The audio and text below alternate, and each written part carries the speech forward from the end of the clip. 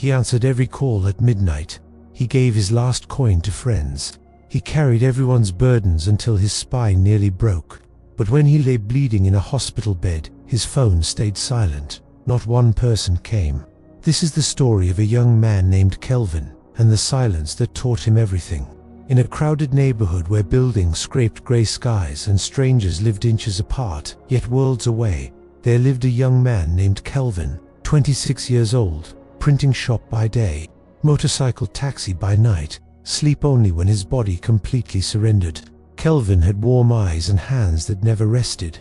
Everyone knew him as the man who never refused, the door without a lock, the well that never ran dry. But beneath his endless giving, Kelvin carried an invisible wound. He had learned young that his own pain must stay hidden, that needing help meant weakness, that love was earned by erasing yourself completely. Kelvin's phone buzzed constantly, always hungry, always demanding. His elderly neighbor needed groceries, carried up 5 crumbling flights. His legs burned. He said nothing. His childhood friend Emeka needed money for a girlfriend's birthday.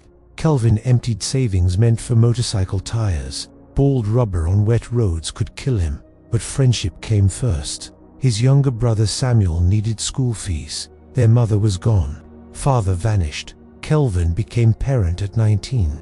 His co-worker Blessing needed shifts covered. Her child was sick. Kelvin worked 16 hours straight. His hands trembled. His vision swam. Every request met the same answer: yes. His body screamed for rest. He ignored it. His wallet bled empty. He ignored that too. His dreams gathered dust in forgotten corners. Something inside was slowly collapsing. But Kelvin convinced himself this was purpose. This was love. Then the accident came. A truck ran the red light. Kelvin swerved. Metal screaming. Concrete rushing. Blackness. He woke under buzzing hospital lights. Right leg shattered. 3 ribs cracked. Face swollen beyond recognition. The doctor's words fell like stones. Surgery. Metal pins. 3 months recovery. No work. Kelvin stared at the stained ceiling. No work meant no money. No money meant no rent. No rent meant the street. For the first time in his adult life, Kelvin needed saving. His hand trembled reaching for the phone, palm sweating, heart pounding against broken ribs. He called Emeka first, his closest friend, the man who called him brother. "I was in an accident. I am in hospital. I cannot work for months. I need help with rent, anything." Silence stretched like a held breath. "Kelvin, that is terrible. But things are tight right now. You understand. You are strong. You always figure things out." The line went dead. He called Blessing, the woman who called him her guardian angel. "I need help. Medicine, rent. I am asking for the first time ever." Silence, then a sigh. "I have my own family, Kelvin. Maybe try the church." Click. He called 6 more people. 6 people whose problems he had solved. 6 whose tears he had dried. 2 never answered. 3 made excuses. 1 laughed nervously. Nobody came. The room grew darker. Machines beeped their hollow rhythm, and inside Kelvin, something finally shattered. He had emptied himself completely. Now his cup lay broken, and nobody bent down to gather the pieces. The old man in the next bed had been watching, 70 years weathered into his skin, eyes that had seen everything and judged nothing, silent for 2 days. Now he spoke. They did not come. Kelvin turned his head. Tears pooled in his ears. "I gave them everything, and now I am completely alone." The old man nodded slowly. "Let me tell you a story my grandmother told me when I was your age. Broken in a bed just like this one, abandoned just like you." He shifted painfully and began. "There was once a river that flowed through a dry village. The villagers depended on it for everything: drinking, washing, farming, life itself. The river gave freely. It never complained. Season after season, it poured itself into their fields, their homes, their lives. But the villagers grew careless. They dumped waste into the river. They diverted its waters greedily. They took more and more and never gave thanks. One terrible summer, drought came. The river grew thin. Its waters slowed to a trickle. The river whispered to the villagers, 'Please, I am drying. I need rest. I need the rains to fill me again.' But the villagers did not listen. They dug deeper channels, demanded more water, took the last drops for themselves. And one morning, the villagers woke to find the river had vanished completely. Only cracked earth remained where water once flowed. They wept, they begged, they prayed, but the river was gone. Years later, an old woman told her granddaughter the truth. The river did not die, child, it went underground. It found a new path to the sea. It finally said no.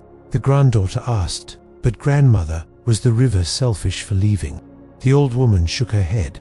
The river gave until it had nothing left. The villagers never once asked what the river needed. They only asked what they could take. The river did not abandon them. It finally chose to survive. The old man looked directly into Kelvin's eyes. "You are that river. You have given until your bed is cracked earth. And the people drinking from you never once asked if you were running dry." Kelvin's chest heaved. Tears flowed freely now. "But what was I supposed to do? Let them suffer?" The old man's voice grew tender. "Helping is beautiful, but helping until you disappear is not love. It is slow death." The villagers did not love the river. They loved what the river provided. When you were full, they called you generous. Now that you are empty, they have found other rivers. He paused. The ones who vanished when you needed them showed you exactly who they are. Believe them, and let their absence make room for those who will love you, not just use you. Part of Kelvin wanted to argue, to defend them, to say they were just busy, but the excuses turned to ash on his tongue. He thought of every meal he had skipped for Emeka, every sleepless night for Blessing, every dream he had strangled for Samuel. Then he looked at his silent phone. Not one message asking if he was alive. Something cracked open inside him. Not anger, something deeper, like the first ray of sun after endless storm. He had said yes to everyone because he feared they would leave if he said no, but they had left anyway. Kelvin survived that month, barely. A distant cousin helped. A kind nurse reduced his bill. 3 months later, he walked again, limping but upright. When Emeka called asking for money, the old reflex surged upward. Kelvin closed his eyes, drew one breath, remembered the river. "No, I cannot help you." Stunned silence. "What do you mean? You always help." "I did, even when I was breaking. And when I finally broke, you had nothing for me. I cannot carry you anymore. I can barely carry myself." The friendship ended that day, but something else was born. Kelvin stopped answering midnight calls, stopped bleeding money for those who forgot his birthday, started saving for his own future. Some people vanished. Their departure hurt, but their absence made space for something better. People who asked without taking, people who stayed during silence, not just service. His brother Samuel noticed first. "You seem different, lighter." "I stopped being a river that everyone drains." Empty rivers cannot give anyone anything.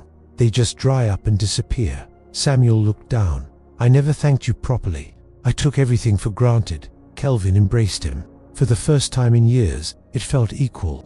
Two men holding each other, neither one drowning.